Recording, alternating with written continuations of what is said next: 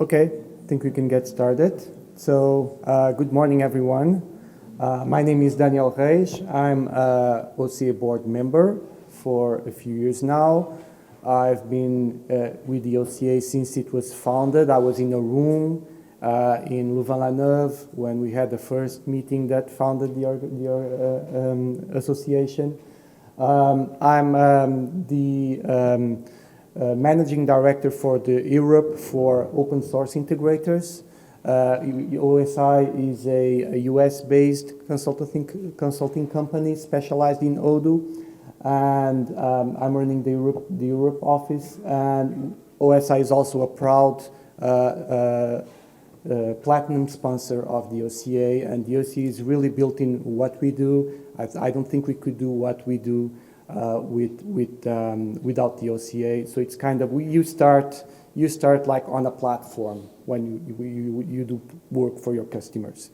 So it's really important for us, the community and the association. So today's topic is on revisiting how to deliver to customers while contributing the OCA. This was a talk I gave 2 years ago. You can see it on YouTube, where I proposed a workflow where you would contribute to OCA modules seamlessly with working on a customer project. So I did that, and I've been applying that on everyday work.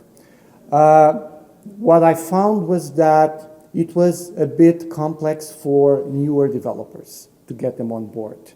And when I also realized it was hard to explain all the full workflow for other people that were not so familiar with GitHub or Git commands. It was a bit confusing. So I kind of explored what other variations of the topic we could consider, like stepping stones to get to that ideal workflow. And while preparing this talk, it also came, it's worth discussing, going a step back and think, so how do you think about building code that makes it natural or easy to contribute those features to the OCA? And also, even before that, why care? Why do that at all? So I'm starting today focusing a bit more on the why, and we'll end with the how. The how will not be deep. It will be a bit more technical, but you'll probably get a look at the slides later and digest what I have there on the technical part. I just want you to get the overall idea of possibilities, of different approaches to contribute. So the agenda is, I'd like to do first a temperature check here on the room. You'll see that in a moment, and then discuss on the why to contribute. So why would we do this? What's the benefits? What's in it for us? And also to touch a point that's key, I think it's key, it's modularity as a design goal. So Alexandre Fayol is there. He's giving a talk I'm very curious about next on Odoo Experience next Friday. I was talking to him, and it's probably a good follow-up on this, on design patterns for modules, because these two things connect. You'll see that in a moment. And finally, with the how, and I go into Git commands and explain, comparing different workflows. I came up with 4, from the simplest to the most complex, and they all have pros and cons, okay? So, temperature check. So, let's, to get started in the room, I just threw out the question. So do you use OCA modules in your projects? And here are a few possible options. So what is the OCA? So anyone there, raise your hands. They have this question. If you do, there's some people down there and they can help you with this, okay? But odds are this is not a question for anyone. Okay, so next one. It's never. Why would I? Please raise your hand. Does anyone here never uses modules from the OCA in their projects? Okay. Otherwise, you wouldn't be here, right? So, good. Well, sometimes, right? Or all the time. So what sometimes do you use? Sometimes. The few people, 4 or 5 hands. Okay. All the time. Okay. A lot more. Maybe some 10, 15. Good, good. Okay. So next question. Do you submit your code to the OCA, and why? So Who does that? Okay, I see five, six hands. Okay, a bit more. Good. So why, the ones who don't, why don't you? Can I hear some? Yeah, so this is coming from you now. So why don't you? What's stopping you? They are too specific. They are too specific. Others? I'm a little unsure as to the process and why. You don't know how to. Well, and also why, you know. Why would I? What's? Is it going to cause me more problems? Yeah. You know, I'm in a rush, I need to get something done. You don't have time. You're in a rush. Like, you don't have budget for that because you spend your budget doing the work for the customer. You don't have time to, like, get them. Okay, any more stuff here? Well, tangentially related to that, the actual end customer doesn't want us to because they feel that it takes time. Yeah, so lawyers, legal concerns. Or confidentiality concerns. Confidentiality concerns? Well, sure. I haven't experienced it myself, but I can imagine that happening as well.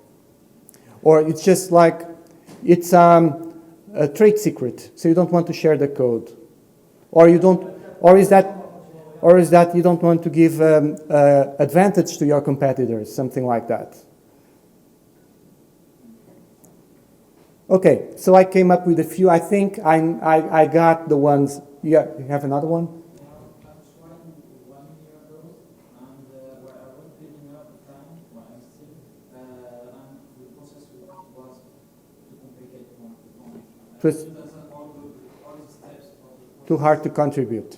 Okay, so this is what I came up. So my code is too customer specific. Okay, so that was one. Or I heard this a lot, not today, but my code needs cleanup, and I don't have the time to do it right now because it needs cleanup. So the other is I don't know how, which is similar to the process is too complex. I kind of understand the process. It looks too complex to me. Other things I didn't hear today, it takes too long to get merged. So I can't do that because it takes forever to get merged, so I can't use the module. Or I can't do it because of legal requirements. I'm not sure the customer is okay for me to sharing the code. Okay.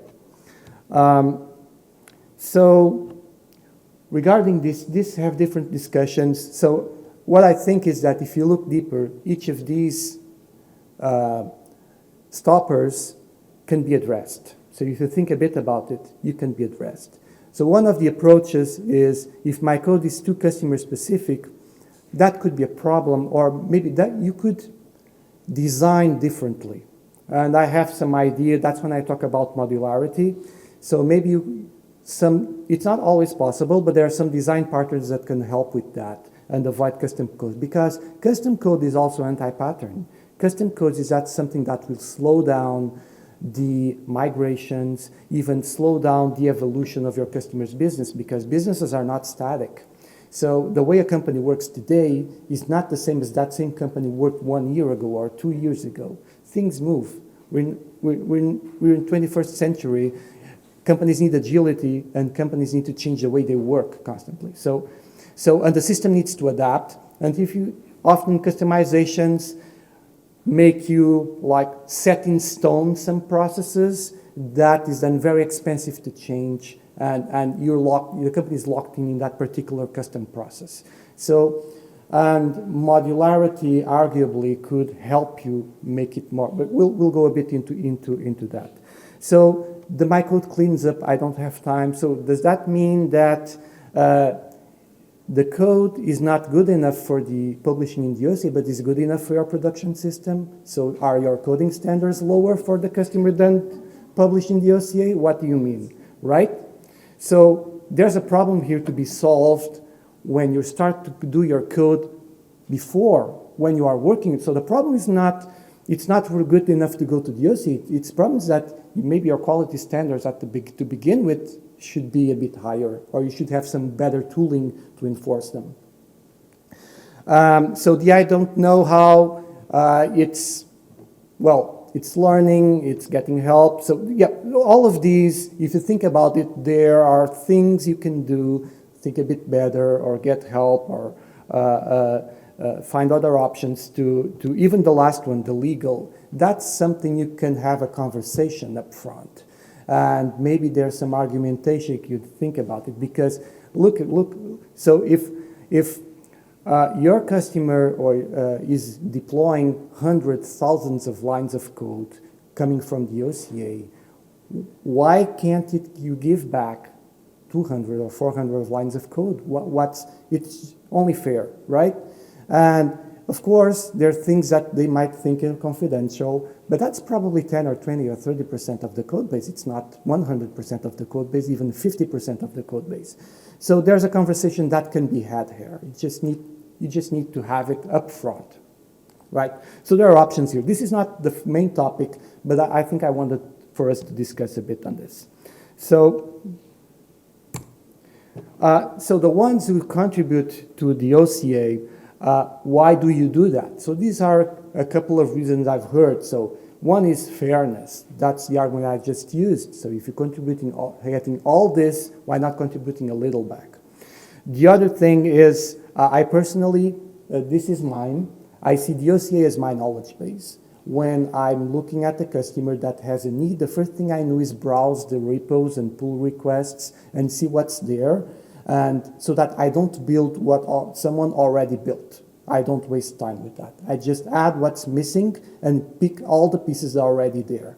And the best way for me to do, if I contribute back the modules, the features I created for other customers, I put them in the OCA, I only have one place to look at. I don't have 20 repos to look from customers. I just look at the OCA repo because all thing that is worth reusing, I put it there to start with.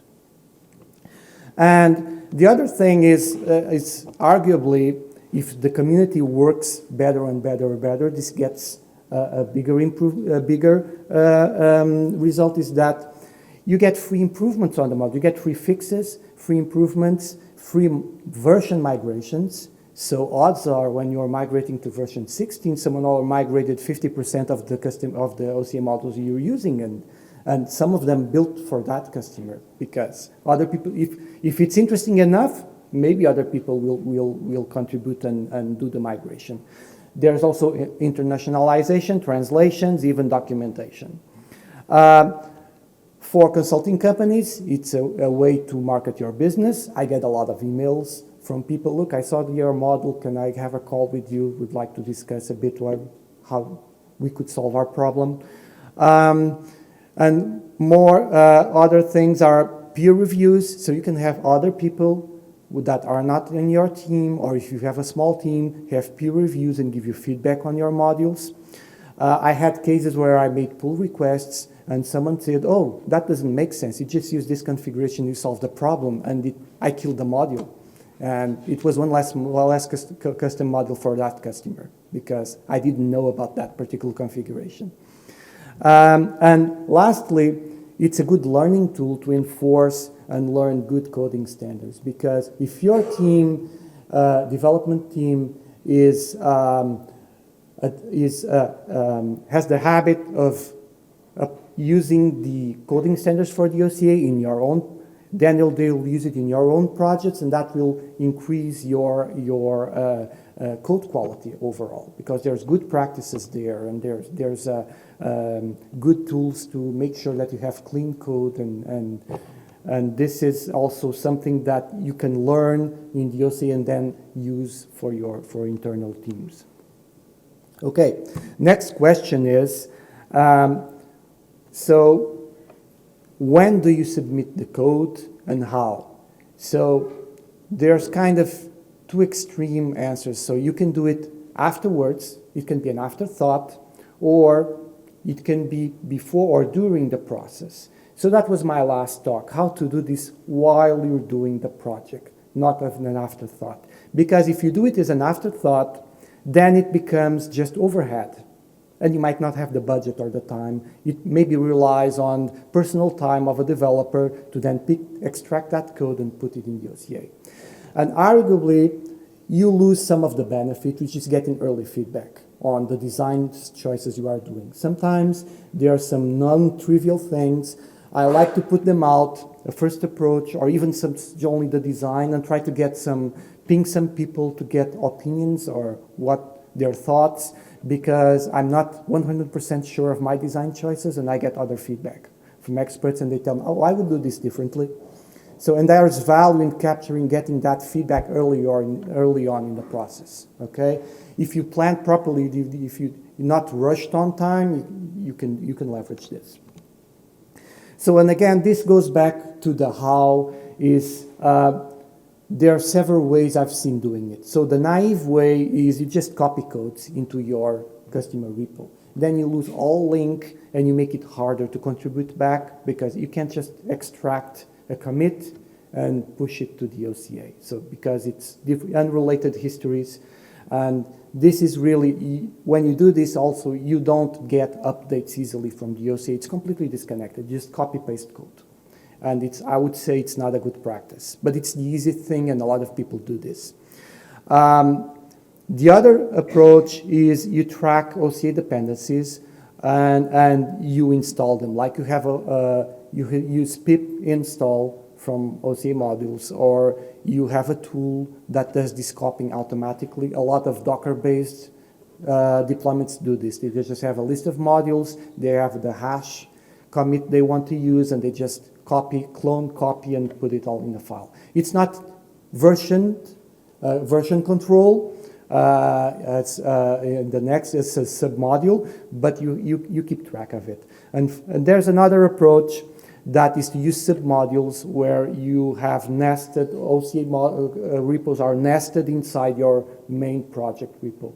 This is actually one of the ways that O2SH works. So these last two, I can't say one is superior to the other. There's pros and the first one you should not use it. The other two, there are pros and cons, and there different people will have different preferences here. Okay. So why contribute? So that was your question. Why at all do that? So I have here a story, agile story. So as a project stakeholder, I want to reuse existing modules in order to save my budget hundreds of hours. So I go back here to the why. I'm linking to the reusability, which goes back to modularity. I need to make something modular to make it reusable.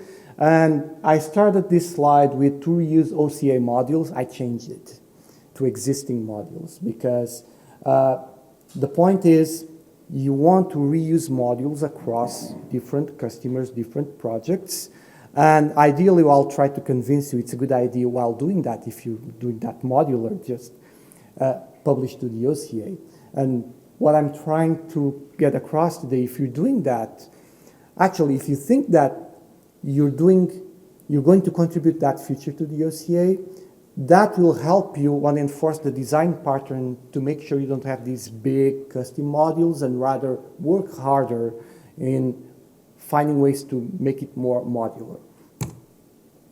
So this is supposed to be a summary of what we discussed until now. So the benefits from OCA contributions is it makes it easier to reuse. It makes it easier for you to reuse it. Also, it's a clear benefit to reusing other projects and other people's work. And even other people on your team working on other projects, or your work, you're working in other projects. And so there's the feedback that I mentioned, feedback and improvements to your work. You can get feedback from other people, other perspectives that make your work better. And that's the quality standards enforcement. So I discussed all of these. So these are some key benefits from contributing to the OCA. And here just a parenthesis or a small stop as modularity as a design goal, because you need to create models to propose to the OCAs, and modularity comes in play here. So start with, there's this anti-pattern, which is this big customizations module. It has hundreds, even thousands of lines. It's a big ball of mud. And it thinks there's no clear boundaries between concepts, between objects. And it's very easy to touch something and break something elsewhere because you don't have no idea of the interrelations. So an alternative to that is to think instead of customizations, what features are there, try to extract features that make sense into a module. When you do that, now you have a clear boundary and you have the dependencies. You can see the limits of this feature. And it's a kind of an API.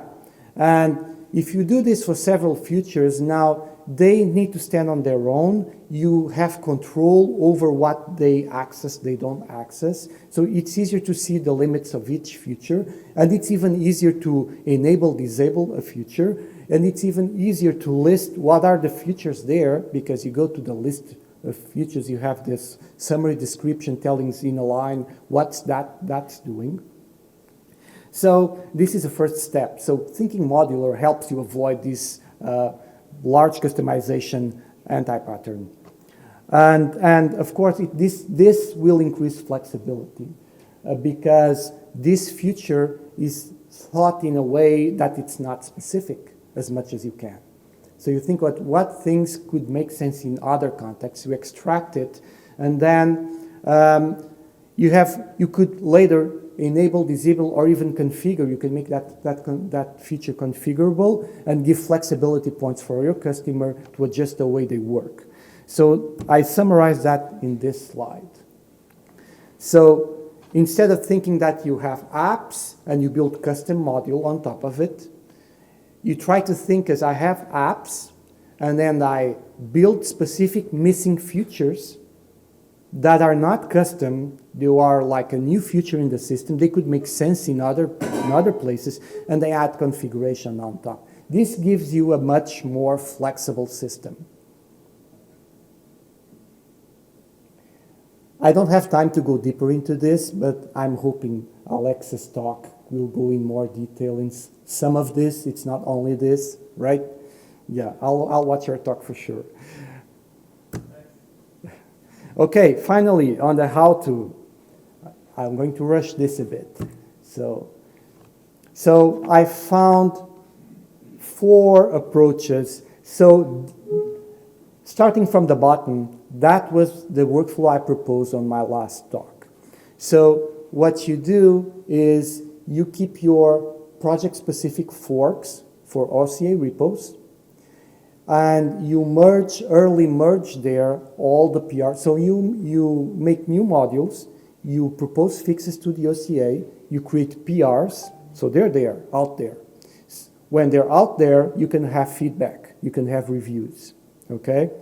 But you don't wait for them to get merged. What you do there is create a fork branch on your branch on your fork specific to that project. You early merge those, and you deploy based that for your customer. So you're deploying your code for your test, QA, or even production before it gets merged in. I have branches in OCA that are more than a year long, and they're still there. They're still pull requests. And some of that is in production.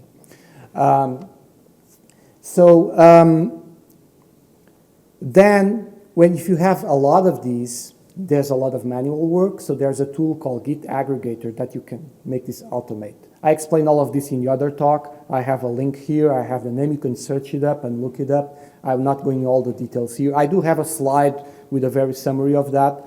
So what I found, this could be a bit complex to use, so I wanted to present the other options. And the key idea here was to start with modularity and then propose stepping stones where you could go up the scale and working a bit, making it's a bit complex, the contribution process, but you can get more flexibility. So the first one is going to the top. You have the naive approach where you copy all the code to the project repo. The second pattern I identified is, I called it the incubator, where instead of you proposing the modules to the OCA repos, and there's a lot, you just have your own like shared modules repo for your company, and you just promote there first. I call it incubator because it makes it easier there. Second step is later on, you just copy the code and make a PR for the right repo in the OCA. So it's a two-step process. But you don't have the complexity of working with the OCA because I know the workflow can be a bit complex, overwhelming for some people. So you just have an internal repo that you shared across projects. It's your internal knowledge base. It can be public, it can be private, but later on, that's ready to deploy. You just apply there the right coding standards. So it's just copy paste and make a PR for the OCA on a lazy Friday afternoon. Okay.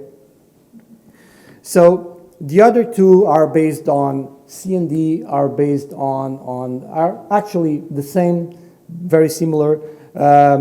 You just use forks from the OCA and you keep a fork from, they're a bit the same. So you create a fork from the OCA, maintain it, specific for the customer, and the benefit of this is very easy to update. So if there are bug fixes, you can just pull the latest from 15.0 and you have all the fixes. You can't do that with A. You need to do a copy paste and you lose the history. You don't know who did that change and why, and sometimes that's important. Maybe you pull the latest version, it breaks something on your system. You know why that fix came in, so you need to dig into the history. And you're working integrated, okay? And also, A does not work for that workflow where you make a fix and you contribute back that fix. I find that very important because if I'm using other people's code, the least I can do is to submit back fixes or improvements I do for myself. So I think that's kind of minimum. So with A, that's very hard because I need to maintain two different pull requests, one for my project, I need to do a copy paste to another place, and I repeat the process, so it's double work. With the forks, it's a bit easier. I'd use the same commit. I do have two branches probably, two pull requests still, but it's the same commit. I just cherry pick the commit, and the same commit is proposed to both places. Okay, so we're a bit short on time, so let me show you the first how it looks like for the first workflow. So you have a checkout for your project, for your future branch, and you just have a custom add-ons directory where you have your custom code, and what you do, you just copy the code there and commit it to your development branch. That's it. So you copy the code and you commit. So when you have a shared repo, that comes a bit different. So you have a submodule, like I called it a shared add-ons here. You go into that and you create your module there and you push it. There's two push commands here. So there's the first push command where you push into the submodule. So you're publishing to the shared onto your code. And you have the second, you go back, so you are inside the submodule, you push the code to your shared project. So all the other people using that repo can see it and can use it for other projects. Then you go back to your project-specific repo, the top repo, and you add a commit just saying, okay, deploy for this customer this particular version of this submodule. Okay, I would say if you're not familiar with submodules, this is probably the best way to start, because when you are doing with OCA forks, you're just amplifying this, doing this at a different level. It's the same tools, it's the same techniques, but it gets more complex because on the next slide, you have more commands, and I'll just stop for a minute. I won't go into detail. And in the last one, you have an even more commands. It's even a bit more complex. And this is where I got a bit stopped down because it was hard for younger people coming to the team to getting them into this workflow. I found it hard and confusing for them. So I'm considering options on starting simple with some projects and going from there in complexity. So this was not supposed to be a Git class. It was, I think the main thing I wanted to pass was that message of modularity. If you're thinking on that, if your goal is to contribute at the end to the OCA, that helps you on your design patterns. That helps you on avoiding spaghetti balls of customizations. So doing this is, thinking on this is already a service for you on getting better code out for your customers. So, oh, I have here a link for last year's talk. That's the title. Seamlessly delivering to customers. You can search it on YouTube. You'll probably find it. So it's a good follow-up if you want to look at it. Yeah, so use what works for you, but there's probably several steps depending on your familiarity with the process. You can start simple and then make it more complex as you go. Okay, thank you. I think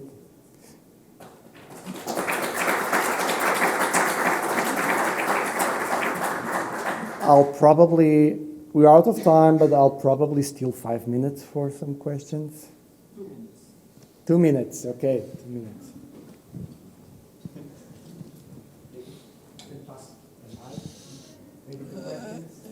You told us that you have some pull requests that are open for years.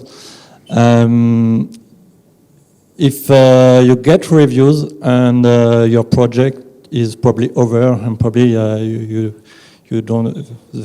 stop the project with the customer, how do you get the energy to finalize that pull request? Yeah, it's a good question. It depends. So some of the comments may be blocking. So I may have things there that are incompatible with other things or that were done. Maybe I did not notice previous work and it's kind of overlapped.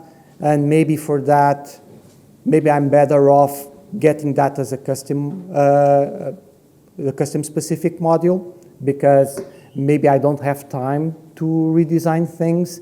If I do, if I'm in an early stage, I might even have time to redesign things and change models, change names, and adapt that. So that depends a bit. So I may even, at the limit, I could just merge as it is for the customer because I can't do more and leave that open. And on the next customer, maybe take the time to make it right according to the reviews I got and then try to have it merged. So it's having in a PR is not a problem for me. It's like it's there for other people to know this is a work in progress.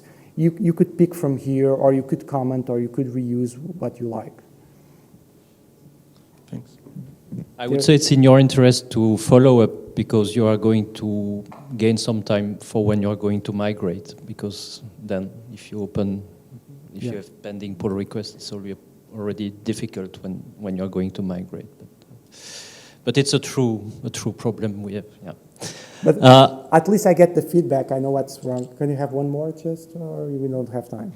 There is we are running late. We are already 2 minutes late. We can talk. We can talk there. So okay? I think better is to talk outside. We can talk outside. Fair. Thank you.